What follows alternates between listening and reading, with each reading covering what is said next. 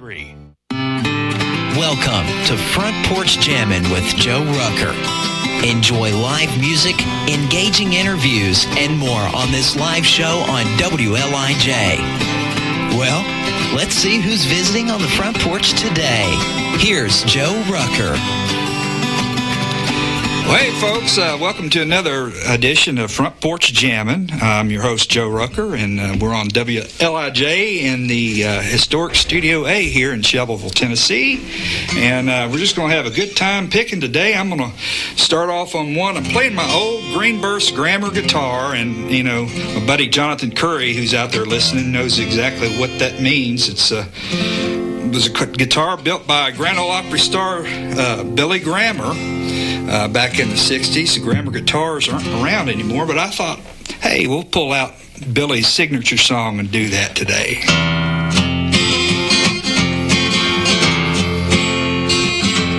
Well, I've laid around and played around this old town too long.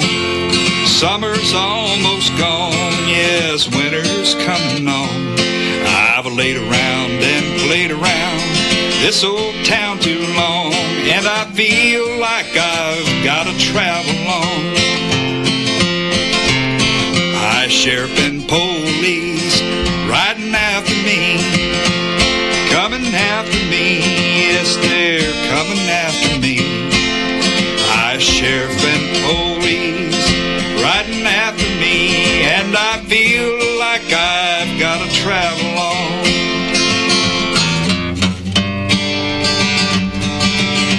Want to see my honey, want to see her bad, want to see her bad, Lord, want to see her bad.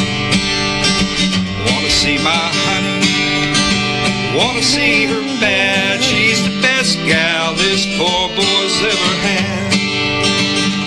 Well, I've laid around and played around this old town too long.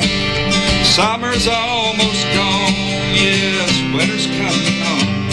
I've laid around and played around this old town too long, and I feel like I've got to travel on.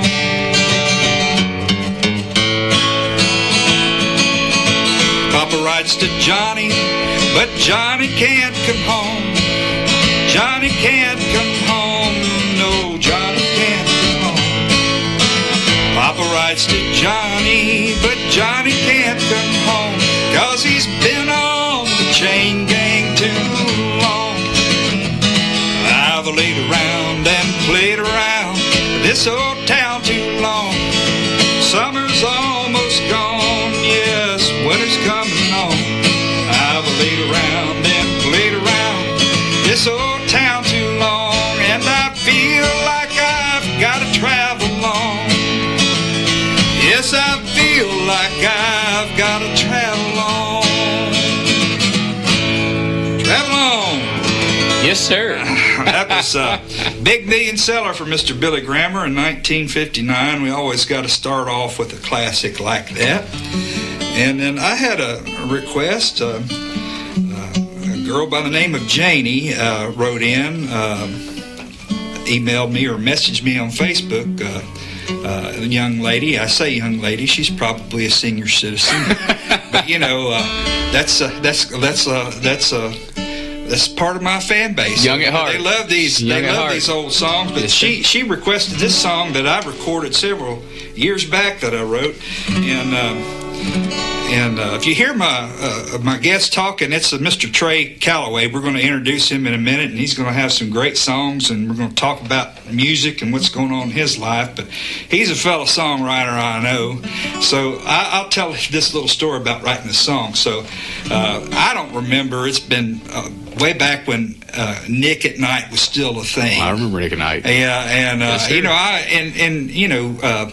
I envisioned sort of this show like this. You know how Andy and Barney on the Andy Griffith Show used to pick the guitar and sit on the front porch. It's kind of what we're doing here, you know. I mean, that's kind of the premise of this thing.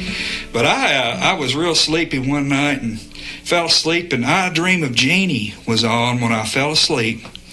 And for some reason, this song idea came to me. So this is called I Don't Dream of Jeannie.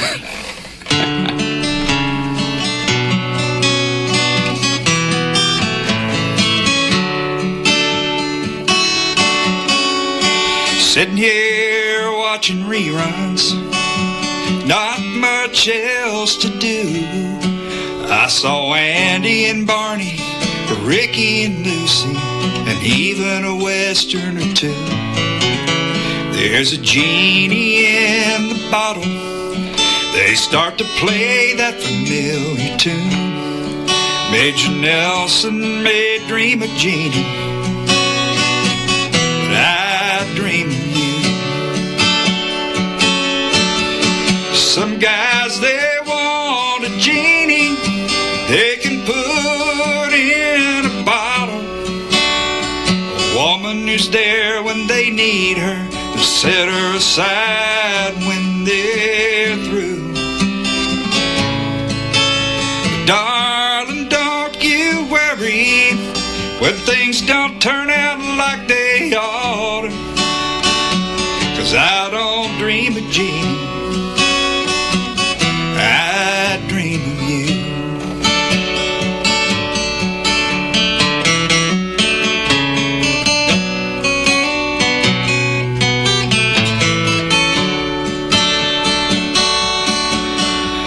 I don't want a woman to be my shadow, heed my every wish and command, fold her arms, shake her head and blink things better when I'm tired of the world's demands. Just need someone that'll listen, someone I can listen to. No, I don't dream of Jeannie, I dream of you. Some guys, they want a genie they can put in a bottle. The woman is there when they need her, set her aside when they're through. But darling, don't you worry if things don't turn out like they ought to, 'cause I don't dream of Jeannie, I dream of you. Whoa, and darling, don't you worry when things don't turn out like they ought to, I don't dream of Jeannie, I dream of you. Major Nelson may dream of Jeannie, but I dream of you.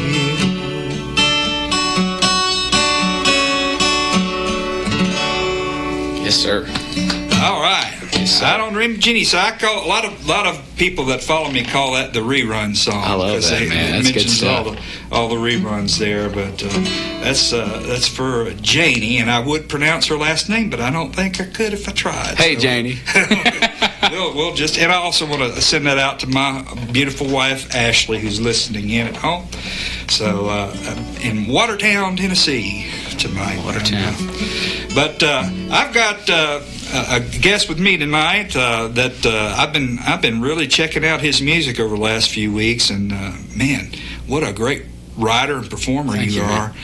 He's got a lot of energy to his music, and of course that's the key these days, you know. And so my buddy Trey Calloway's here. Trey, how you doing? Man, I'm fantastic, Joe.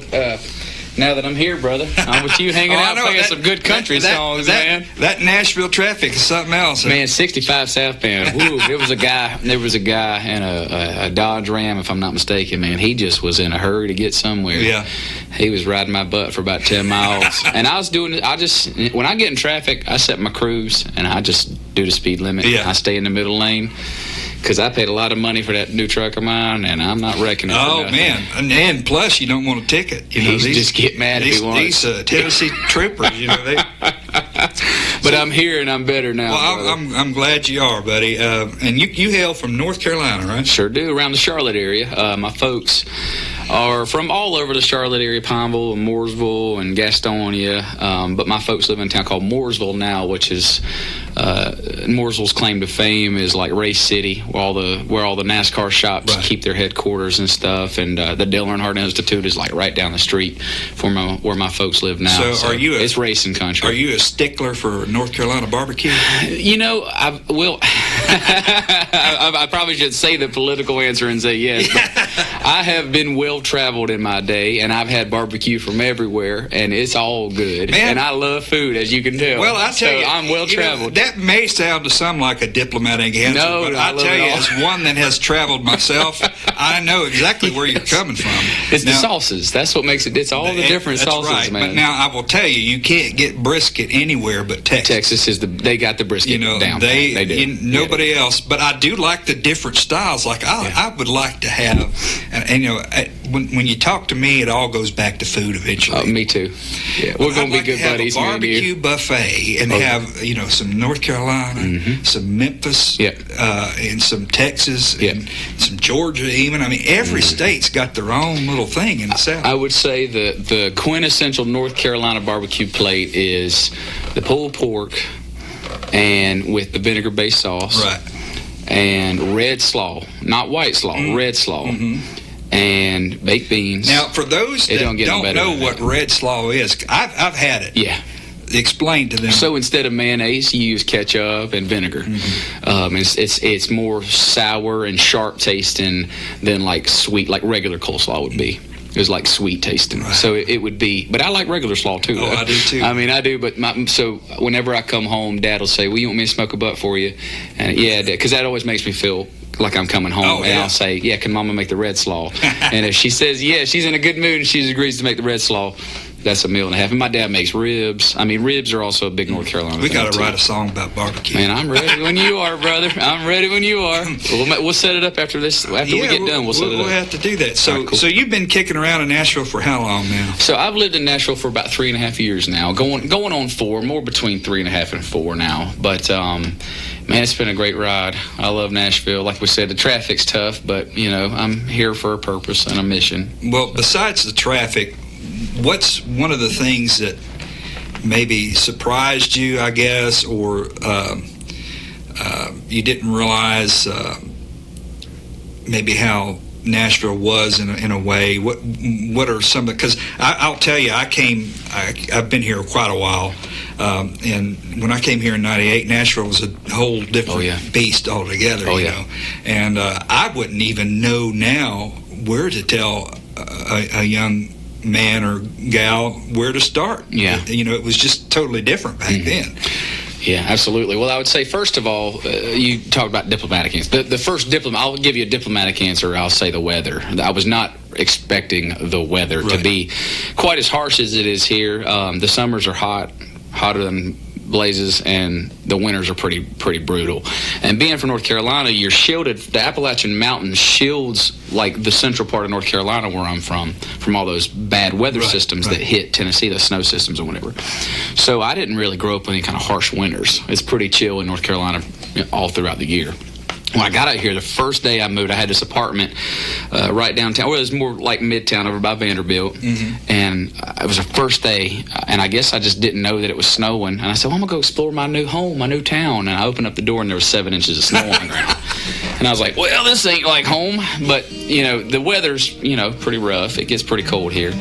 But a less diplomatic answer is I would say that it is very much, you get here and you make the friends you make, you really have to hold on to them.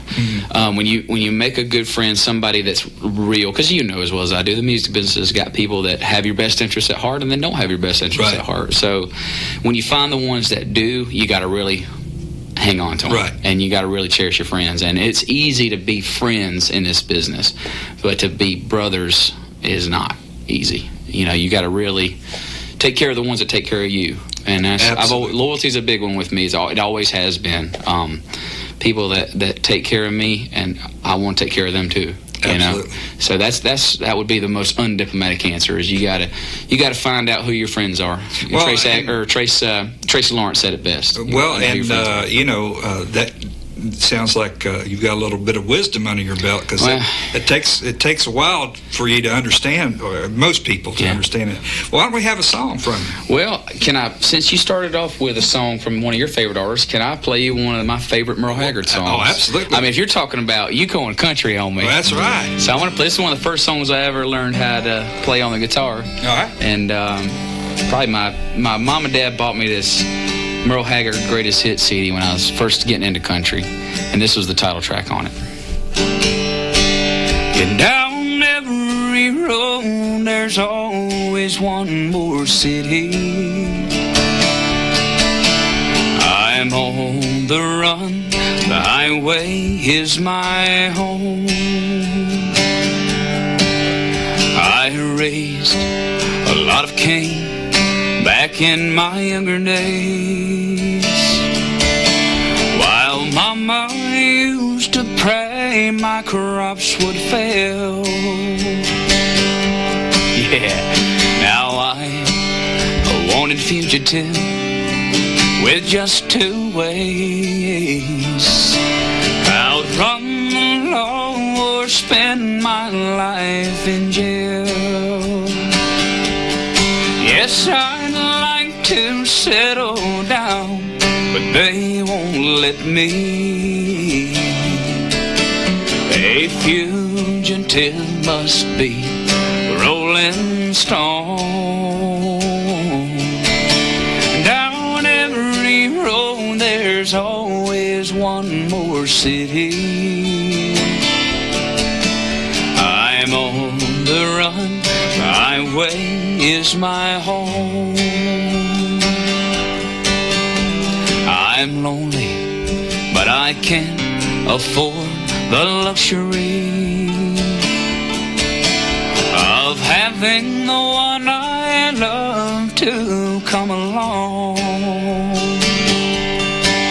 She'd only slow me down and they'd catch up with me. For he who travels fastest goes along. Yes, I'd like to settle down, but they won't let me. A fugitive must be a rolling stone. Well, down every road there's always one more city. I'm on the run, the highway is my home.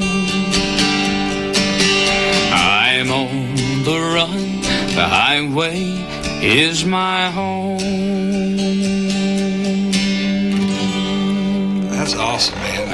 That's country music right there. You know who wrote that? I have no idea. Please tell me, buddy. Liz Anderson, Lynn Anderson's mother. Are you kidding? And her husband, Casey Anderson, wrote that song. Really? That's one of the few that Merle didn't write. And that was his first hit, too, if I'm not mistaken, wasn't it? Right. And see, after he had a couple big hits, everything else he put out. Absolutely, man.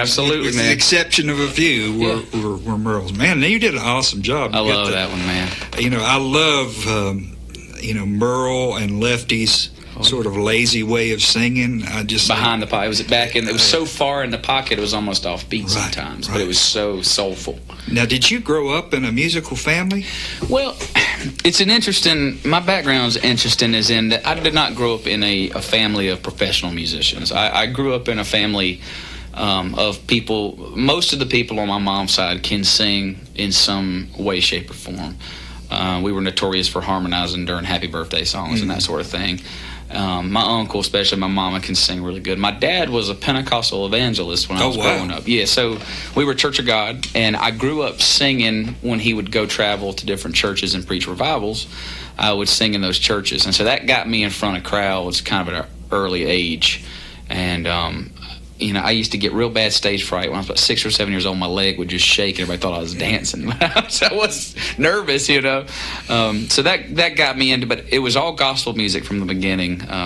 Southern gospel bands would tour through our church, so it was really cool to see that. And they'd come through and they'd just rock the house and then leave. I was like, man, I love that. And then when I was probably 13 or 14, I got into country music, and it was my mom and dad made sure that if I was going to be a country musician, that I was going to have a grounding in the roots of country. Right. So they exposed me to all this classic country stuff, Loretta Lynn and George Jones. I mean, George Jones is part of the religion in my house, in my dad's house.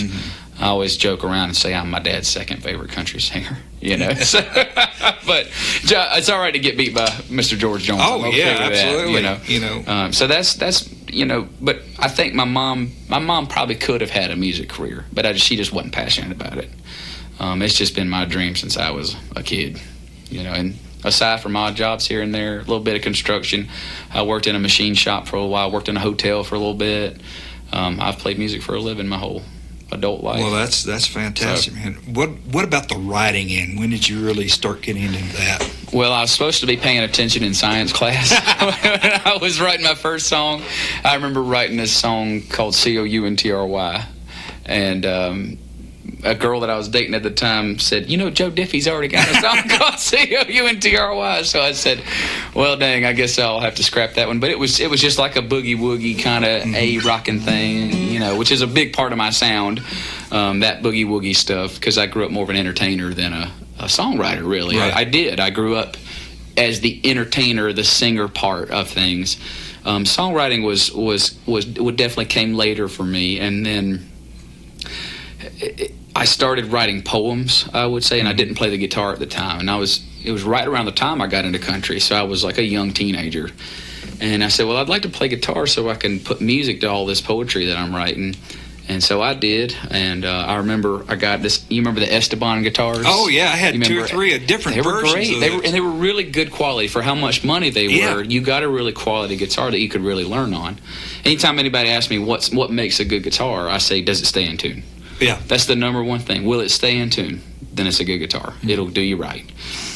So those Esteban guitars stayed in tune really good, and I remember learning, like, every rose has its thorn. I remember I learned that C and G part, and I didn't know the D chord yet. So that, you know, but it's interesting. A lot of us musicians have a similar story. I remember I grew up in Central Florida, and my the summer I learned to play guitar, it just happened to be thunderstorm every day for like 3 months. So you had no time? I had nothing to do but sit there, and my brother my dad was left-handed, so his guitar was left-handed.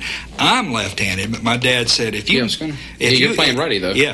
My dad said, if you want to learn to play guitar, you need to learn right-handed, because you'll have to borrow a guitar sometime, and nobody will be able to lend you a guitar. You know? And I'm so glad he did that. So I picked up my brother's guitar, and he said, now I'll show you G, C, and D.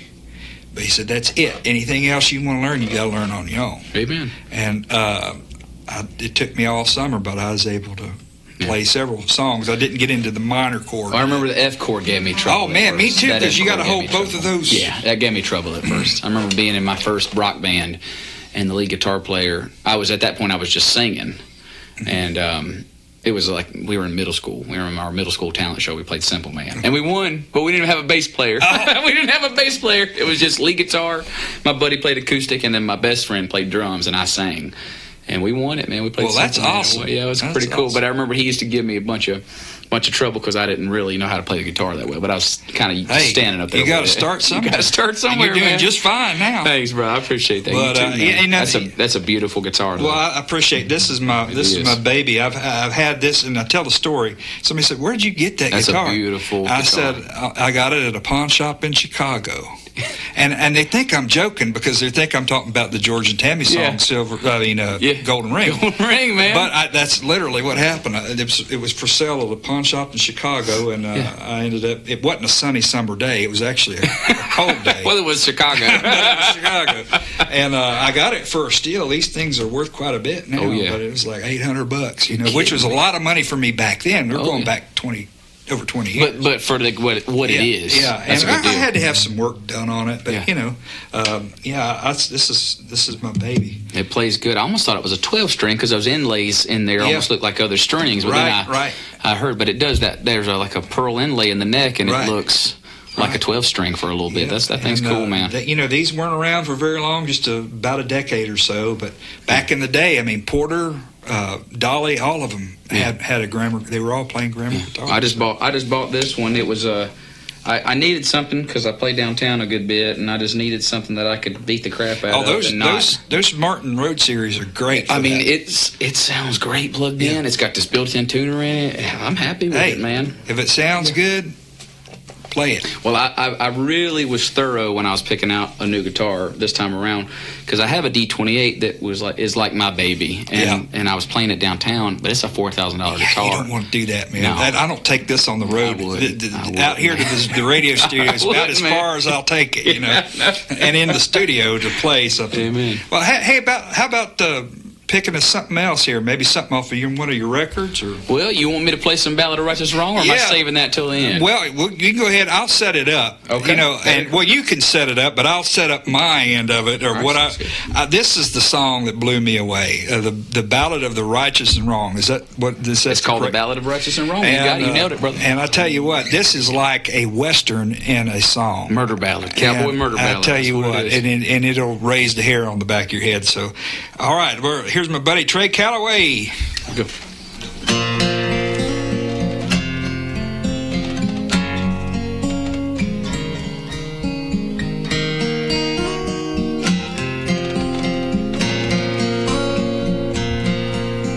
In 1839, West Texas cabin by candlelight, a young mother gave birth to 2 twin boys. Funny how brothers who look just the same could turn how different as night and day. One had a black heart, the other a black empty void. Well, oh, the blood meets the moan in the whirlwind of the righteous and the wrong. Home from the war spring of 65, the good son struggled to just get by. One had his pay.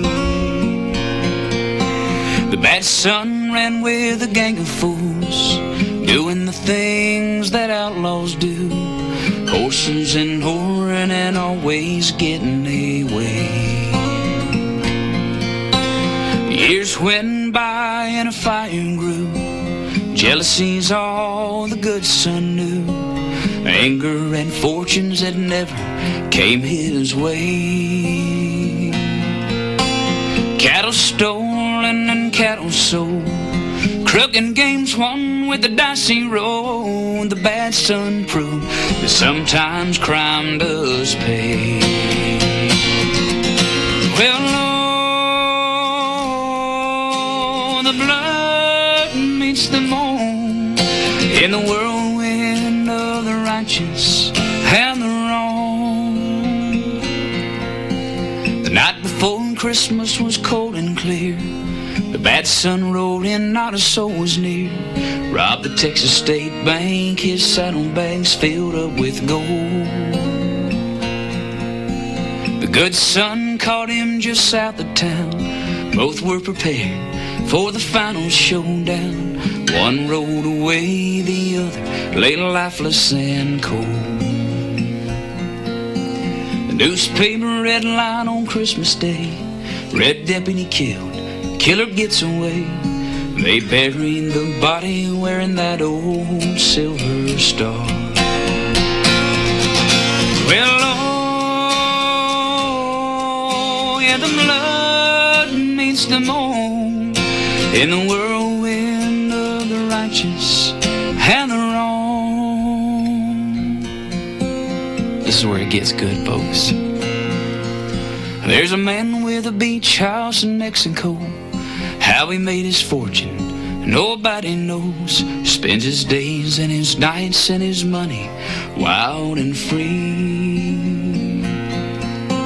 He thinks about Texas from time to time, and the body he left for the town to find. Says, I wonder if they'll figure out it wasn't me. Rubbing his chest where that deputy star used to be. Yeah, man. Yeah. Sorry, I messed up that first part, but I brought it home. You did, buddy.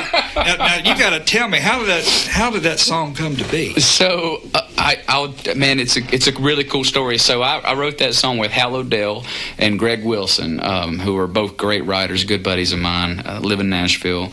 Well, I think Hal lives out in Oklahoma. He moved back to Oklahoma, but I came in one day and I said, guys, I don't want to write another pop country song today. I said, I want to write something with some substance, some meat to it, something that the listener has to think about, For those of you folks who, I messed up that first verse. It's a song about two twin brothers, one good, one bad. They live in the Wild West. One is a lawman, one's an outlaw, and the good son's kind of jealous because he's lived his whole life righteously and done everything by the book, and the bad son just robs and steals and cheats and gets ahead. And they end up in a shootout, and because they're twins, they look just alike. He takes his star and his clothes and puts it on the outlaw, his outlaw brother's dead body after he kills him, and he takes that gold he stole and goes to Mexico. So he ended up, the moral is who's really the bad guy and who's really the good guy. You know what I mean? Were they both bad? They were kind of both bad at the end. Yeah, they kind of were. So I think it would make a good Western. But anyway, so I walked into the room. I said, guys, I don't want to write another pop country song. I want to write something like They Went Down to Georgia, a story. And we got to tossing about, the Star-Crossed Lovers has been done a million times. But what about a two brothers? So we said, two brothers, that's awesome. And then, then we thought, well, what happens if one's good and one's bad? And we just, what if they're twins? And we were literally writing this story verse by verse by verse, just coming up with it and just, what about this? What about this? And by the end of it, we had this song, and I was a little nervous to record it because it's not, commercial country nowadays, but it was a grand experiment, and I'm really proud of it. To me, it's some of my best writing work. I'm really proud of it. You should be proud of it. And I do understand, when you're, because, when I was back chasing the deals and things, you have to write as commercial as you can, and it's a funny medium. But I tell you, that's not where my heart was. Now, me being up there in years, now I'm to the point where I can record and sing whatever you want. Whatever you want, baby. I'm not chasing the deal anymore. I've got I'm on Heart of Texas Records out of Brady, Texas, and cool. I play Texas a lot, and so that lends to this style of music. You got to let me come down there and open up for you. Oh, brother. Yeah, man, I'd love to do that. I'm down, man. I'm down, buddy. But man, that song is just. They would love that song in Texas. I'm sure you played it down there. I do. Every time I go down there, I play it. And the thing about it is it's, like I said before, it's a happy medium. You have to, as an artist, we have families. I have a son. I have a wife. I have responsibilities. I do have bills to pay. This is a business. I've dedicated my life to this and sacrificed a lot for this business. And so I do want to get something and be able to take care of myself and my family. But at the same time, we all struggle with the artistic creation, too. Here's a good thing, Trey. All of your music makes sense. Thanks, buddy. And I work hard on it. That's the thing. It's not, and, I have to be careful, be politically correct on what I say as well. But, because I like a little bit of everything. Me too. And so, to me, what makes a great song, it has to make sense. It has to make sense musically. It has to make sense lyrically. Absolutely. And, you've got a lot of your up-tempo songs out there that, that are more pop flavored. And I'm not saying you specifically. I'm saying absolutely everybody. Yes. I went through a phase where I've got an album that's out there that's every bit of it's edgy. I have to hear this. Yeah, I got to hear it. Is it on Spotify? Yeah. All right, I'm going to go check it out on the way home, man. But, it's just a part of, I think there's room for it all. I do, there too. ought to be room for it all. I do, too. Now radio might disagree, and they do disagree with me often, but I think there should be room for all of it. The fans love it all. I feel like country might be splitting into two genres in a little bit of a way that you got your way poppy stuff. And pop, I try to explain this to people. Pop country is no new thing. I mean, Kenny Rogers was pop country back in the day. Ronnie Millsap was pop country. even some of Dan Seals stuff was pretty popular. And I love Dan. And me too. I'm a huge Dan Seals fan. I grew up loving Eddie Raven. I got Mexico. And Eddie Rabbit, too. All the Eddies. Yeah. all the Eddies. And so, I mean, their stuff wasn't straight ahead traditional country. Yeah, T. Graham Brown had some popular stuff, which he's a good buddy of mine. I love that guy. He's a great person. Well, and that's a good segue. I did want to mention this. Scott is the guy that introduced Mr. Scott Sexton. Yes, sir. And he has put together for some friends of mine, the Atwoods, Tim and Roxanne Atwood, a special event that's going on at 3rd and Lindsley on November the 18th. Just to give you a little background, Tim Atwood was the Grand Ole Opry house piano player for almost 40 years. And, of course, his wife, Roxanne, she was a producer at what was TNN, the Nashville Network, and has done a lot. They've done a lot for country music. Yes. And so they've been having some health issues. Roxanne had a stroke here recently, and Tim's had some back issues. So they are having a benefit on the night of November the 18th at 3rd and Lindsley. And you mentioned T. Graham Brown. He's going to be on that show, as well as John Berry, my buddy Mandy Barnett, Linda Davis, Jimmy Fortune, a bunch of folks there. And so I just wanted to do this little PSA, public service announcement for that benefit. All the proceeds go to Tim and Roxanne for their medical bill needs. And you can contact 3rd and Lindsley for tickets. There are some tickets left, but they are selling fast. So I just wanted to mention that real quick. Now, getting back to the song, one other question I had about it. Do you have any siblings?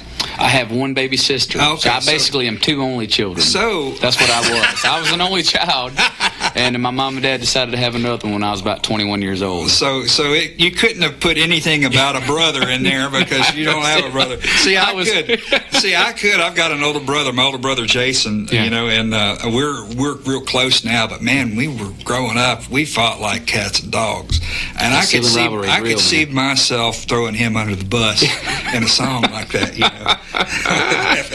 Honestly, man, no. My son is 11. My baby sister is 10. So she's his aunt, but she's a year younger than him. Oh, that's crazy. It is, man. That happens sometimes. It does, man. But I did want to say a quick thing about Roxanne and Tim. I have a very special relationship with them. Their son, Tristan, is my drummer. Oh, that's right. Scott did mention so that. I'm very, very close to the 3 of them, their whole family. They're just sweet people, folks. If you can go to this show, you should. It's a good cause. They have done so much for me and me as well. About everybody. I wouldn't know Scott if it wasn't for Roxanne. Right. So well, that's awesome. Yeah. Well, what's coming down the pike for you here? So I am a lot of stuff is kind of happening all kind of at once for me. I've got some pretty important meetings coming up that are pretty could be career altering meetings.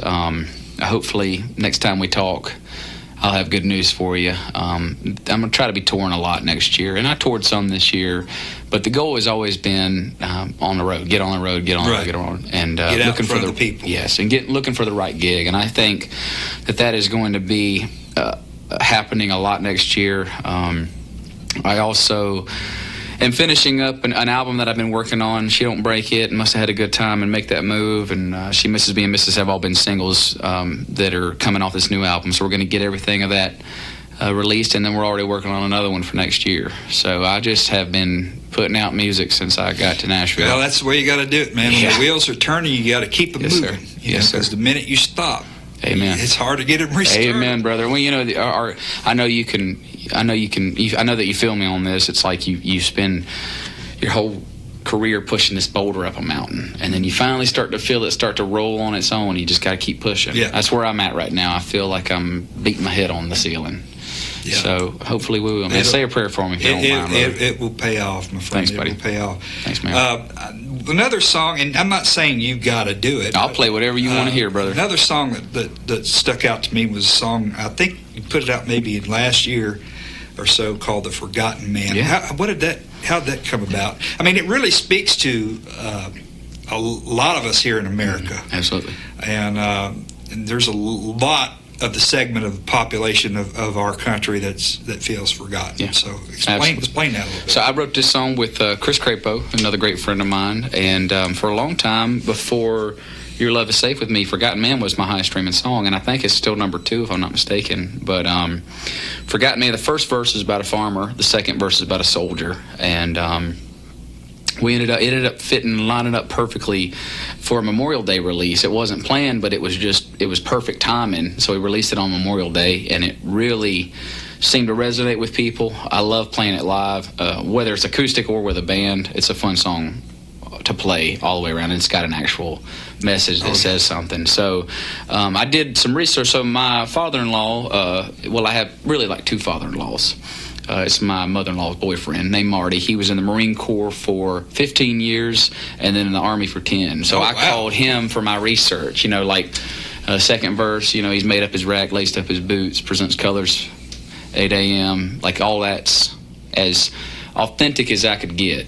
I wanted to pay homage to that. So it really is, man. I love our military and I love our farmers, man. I'm a sucker for patriotic stuff. Oh, awesome. I always will be. So, would you like to hear it? Yeah. All right, that sounds good, brother. Let's do it. All right, here we go.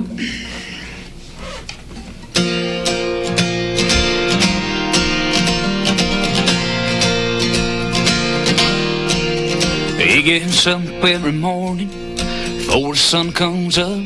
He's halfway through his workday before you fill your coffee cup. He climbs high up in his tractor. Daylight crawls across the land, putting food on all our tables with his 2 calloused hands. It's a life if you understand. Yeah, the worries and the stories and the struggles of the forgotten man. Yeah, but he never thinks twice about the sacrifice that he's making. It's a long, hard living, but he keeps on giving despite the toll that it's taking. He stays solid to the core. He was sent here by the good Lord to protect and watch over the land. It's the worries and the stories and the struggles of the forgotten man. He's made up his rack, laced up his boots, presents colors 8 a.m. Bleeds red, white, and blue. Writes a letter to his mama, tell her he misses home. They're shipping him out, don't know for how long. He's just doing the best job he can. It's the worries and the stories and the struggles of the forgotten man. But he never thinks twice about the sacrifice that he's making. It's a long, hard living, but he keeps on giving despite the toll that it's taken. He stays solid to the core. He was sent here by the good Lord to protect and watch over the land. It's the worries and the stories and the struggles of the forgotten man. Oh yeah,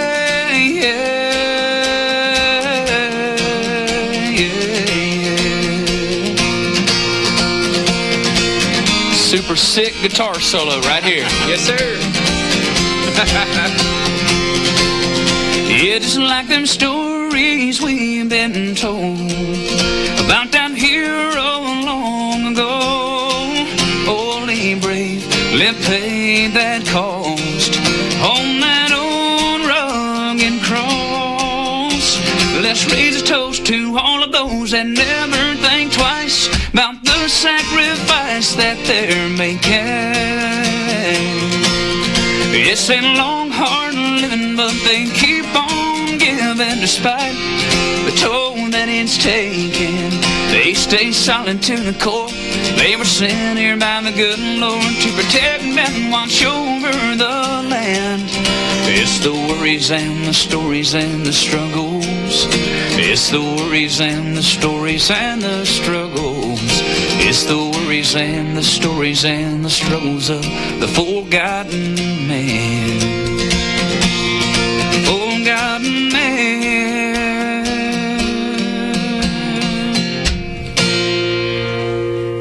All right. And you know, that would be something that Haggard would write these days, just because of the subject matter. I hope it would make him proud. Because, you know, that was what his whole thing was about the forgotten man. Yeah. And, man, that was a great message. It's great to play live, too. It's really fun to play. I bet it is. With a band. Man, a lot of my music is orchestrated for bands. Mm-hmm. You know, you got to have that backbeat. I wanted to write a rambling song. That song was the music of that song was actually inspired by a lot of Leaving Left to Do by Dierks Bentley. That boom. I used to do that. I love that song. It's one of my favorites, man. That was where the music came from. That I call it the Waylon Ramble. The boom, da boom, da boom, da boom. I wanted to do a song like that, and man, I'm glad you like it, bro. Oh yeah, I love Waylon. Can I play a Waylon song for you? Yeah, go ahead. Can I play my favorite Waylon song for you? Absolutely. Let's do it.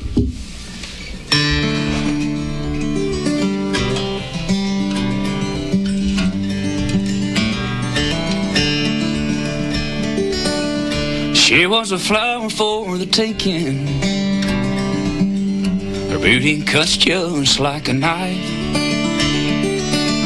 He was a banker from Macon, swore he'd love her all his life. Bought her a mansion on a mountain with a formal garden and a lot of land. But paradise became her prison. That Georgia banker was a jealous man. Well, every time he talks about her, you can see the fire in his eyes, and he'd say, I would walk through hell on Sunday to keep my rose in paradise. They hired a man to tend the garden, keep an eye on her while he was gone. Some say they ran away together, some say that gardener left alone. Yeah, now that banker is an old man, that mansion's crumbling down. He sits all day and stares at the garden, not a trace of her was ever found. Well, every time he talks about her, you can see the fire in his eyes, and he'd say, I wouldn't walk through hell on Sunday to keep my rose in paradise. There's a rose out in the garden, its beauty cuts just like a knife. They say that it even grows in the wintertime, oh, and blooms in the dead of night.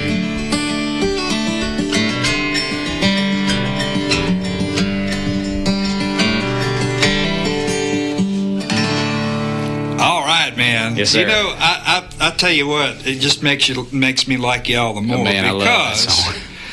when people say, let's play my favorite Waylon song, I don't expect that. Rose in Paradise? Yeah, that was his last number one record. I know it was. And, yes, you know, sir. they always pull out, you know, all the early stuff, which there's not a bad Waylon song. No. Yeah, Only Daddy. Yeah, which I love that too. Me too. But you know, that's one of those other story songs, Rose in Paradise, which I want to send out to my friend, Nashville Songwriter Hall of Fame member, Mr. Jim McBride, who wrote that song. Did he really? And he you're teaching me all kinds of things. Co-wrote it, and you know, that was he. You know, I've gotten to write with a lot of people over the years, but I think writing with him scared me most. I think it would me too, brother. I mean, he co-wrote Chattahoochee with Alan and a bunch of Alan songs. I mean, he had a huge hit with Johnny Lee, one of his early hits called "You Can Bet Your Heart on Me." Yeah.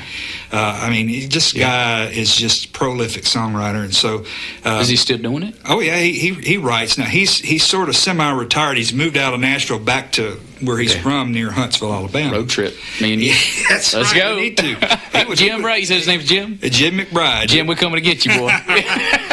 But he would like your stuff. He really would. I would love that. But he was old school. He had a legal pad just like this one, and it needs to come back in style. I was over at his house one day. I'll never forget, because it was one of those blizzards where we got snowed in, just like you said. Yes, sir. This was in 2009 or 10, and I was afraid I wasn't going to get home. I barely got out of his driveway. Yeah. But here I was writing with this guy that had written a bunch of songs that I had grown up listening to, and so I'm timidly just trying to throw out lines, and he had a premise of a song, and everything I told him, he had 2-3 lines written in the main body of the legal pad, and all the phrases I'd give him, he'd write up here in the margins. He'd write those in the margins. He'd write them here in the margins. And I'm thinking, oh man, he hates my ideas. Everything I've been there, man. I've been there, man. But then I saw him as we went on. He'd go in and he'd take, okay, we're going to take this phrase and put it right in.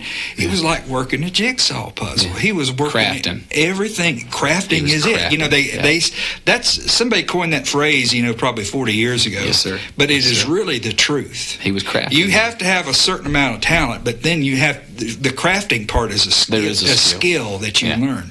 And man, has he ever got the skill. And that songwriting aspect of things was it's like pulling teeth to me sometimes. Songwriting's painful for me sometimes. It's so therapeutic, but also a very painful experience. Sometimes you got to pull the stuff you don't want to talk about out of you. And I have a tendency to be.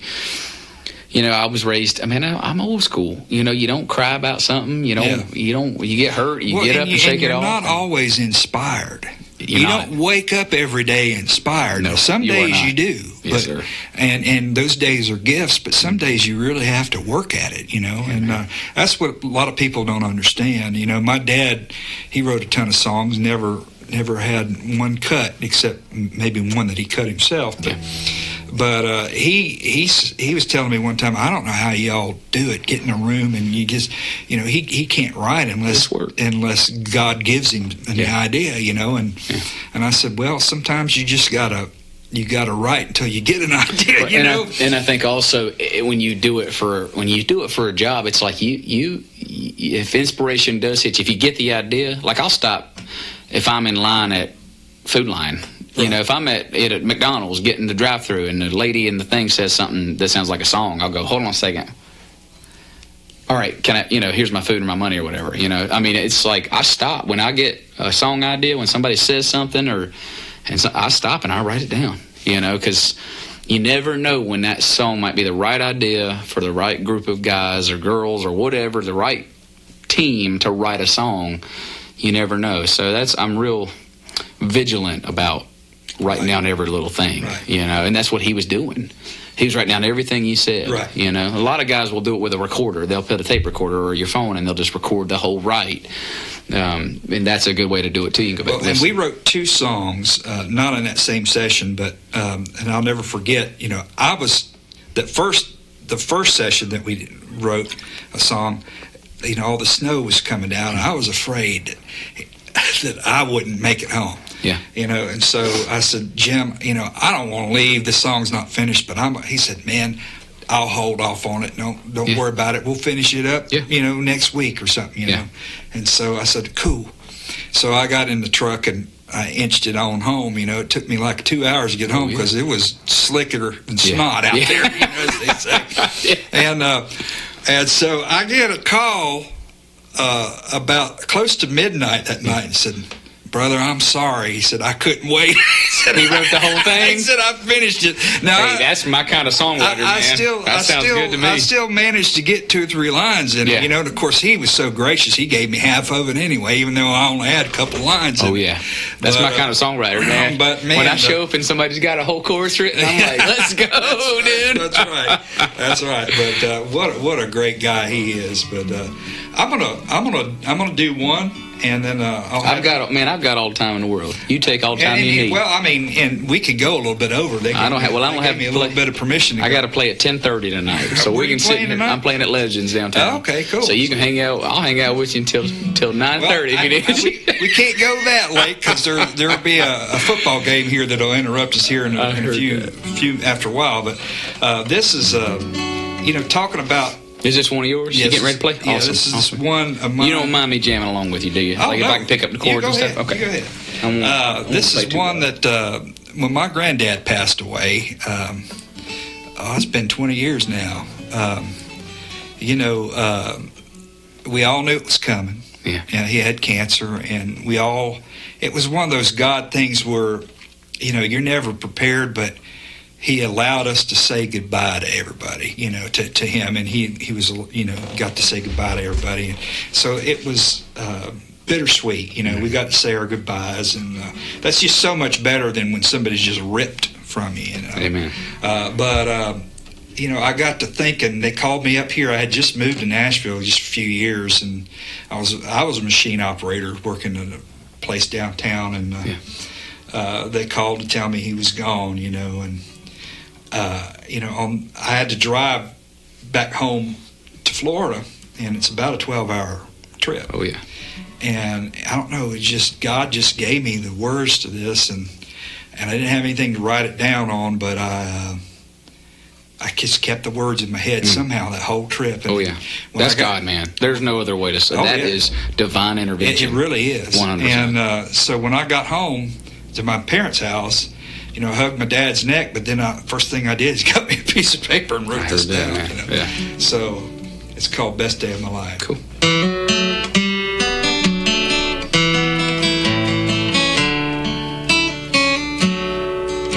In a little country church just on the edge of town, a young bride walks down the aisle in a homemade wedding gown.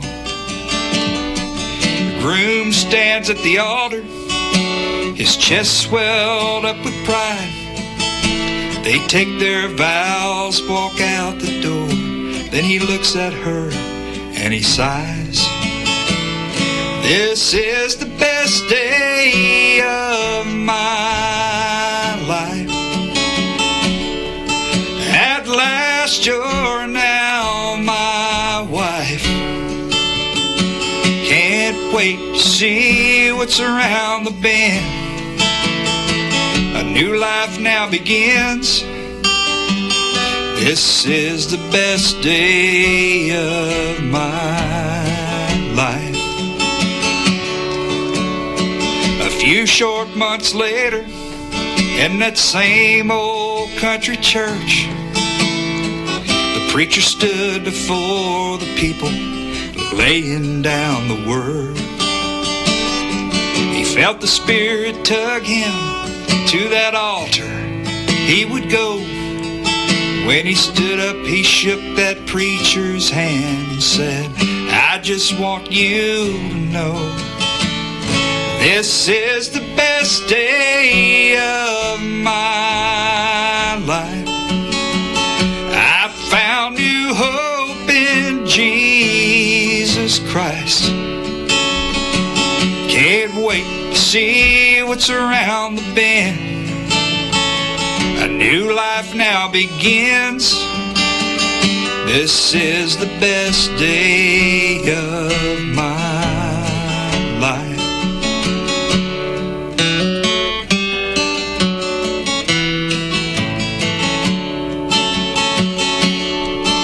The years flew by, the kids have grown. There's grandkids and great ones too.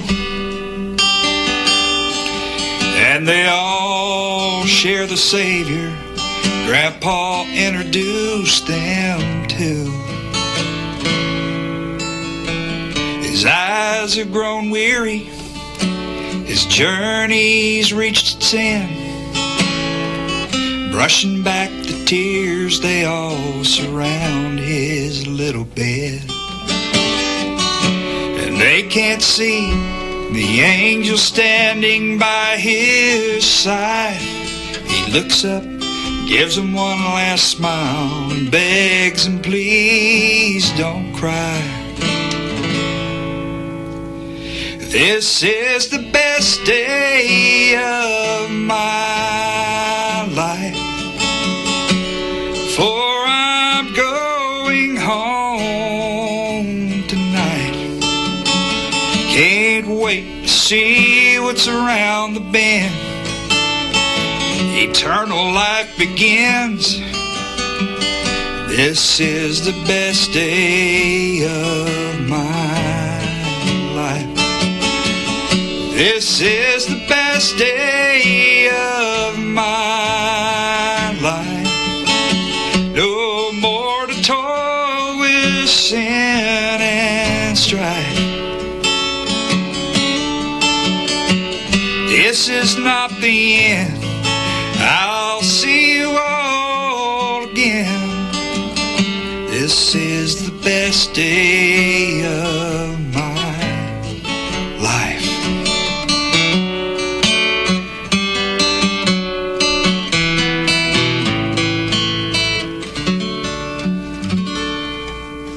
Man, that's great, buddy. Thank you, man. That's good stuff, man. That's kind of make you cry. It took me a long time. I had to form a callus over my heart a little bit. I get it, man. Not that I'm callous-hearted, but you had to sort of just think. Somebody says, "How do you get through that song?" It's so personal. I was like, well, it's easier now that it's so far removed.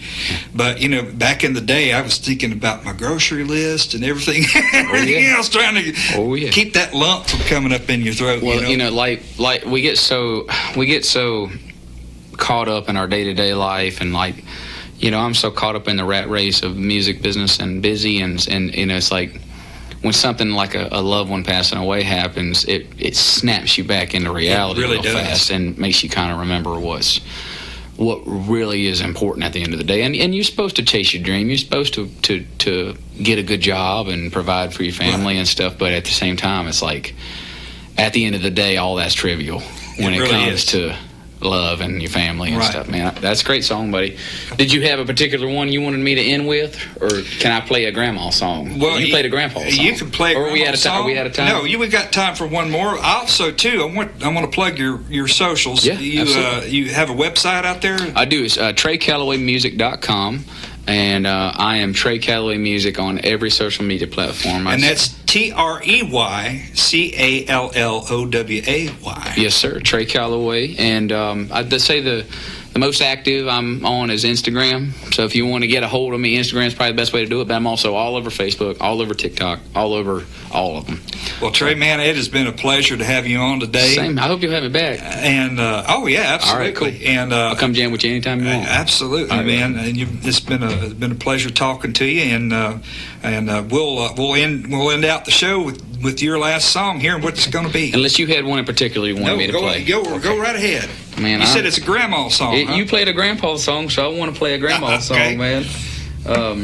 So I don't remember. I know I wrote this. I wrote this song. I don't remember who said it, but somebody was talking about their grandparents or something, and I said, my grandma loved three things: Jesus, Elvis, and me. Oh. And I was like, oh, man, that's it. What a title. So I wrote it down, and I wrote this song with my buddy Kyle Coolahan, and he's a great writer and great singer in his own right. And but I haven't recorded this one yet. This is just in the ether. Hopefully one day I'll get to. I'm a fighter for it. I hope one day it gets something. But it goes like this. It's called Jesus, Elvis, and Me.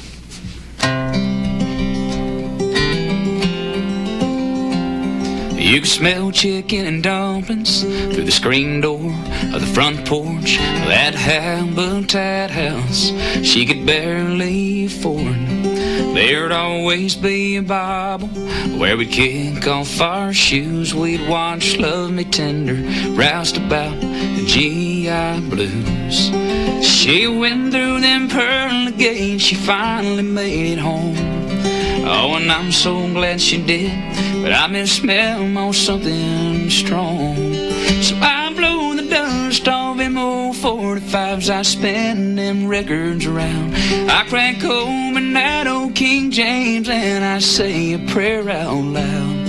Yeah, I'm so blessed to be in the greatest of company. She loves Jesus, Elvis, and me. We'd go to church on Sunday morning. She'd sing at the top of her lungs. Couldn't carry a tune in a bucket, but we all still sang along. She'd put me in that front seat, drive me down to the Amico. We'd get sun-drop slushies, drive with no place to go. It's the little things you wind up missing most. Yeah, you think they'll live forever, but they don't. So I blow the dust off and more 45s. I spin them records round. I crack open that old King James and I say my prayer out loud. Yeah, I'm so blessed to be in the greatest of company. She loved Jesus, Elvis, and me. It's them little things you wind up missing most. Yeah, you think they'll live forever, but they don't. So I blow the dust off in more 45s. I spin them records round.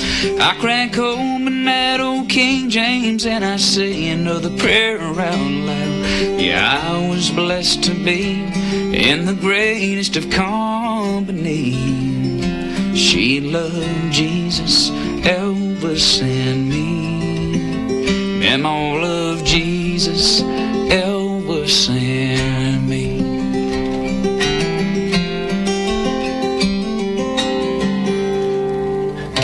Man, that is awesome. Me and Joe both loved our grandparents. Trey Calloway, thank you for being here, Trey. I just want to mention that November the 13th is our next Front Porch Jammin'. We will have Frank J. Myers on here.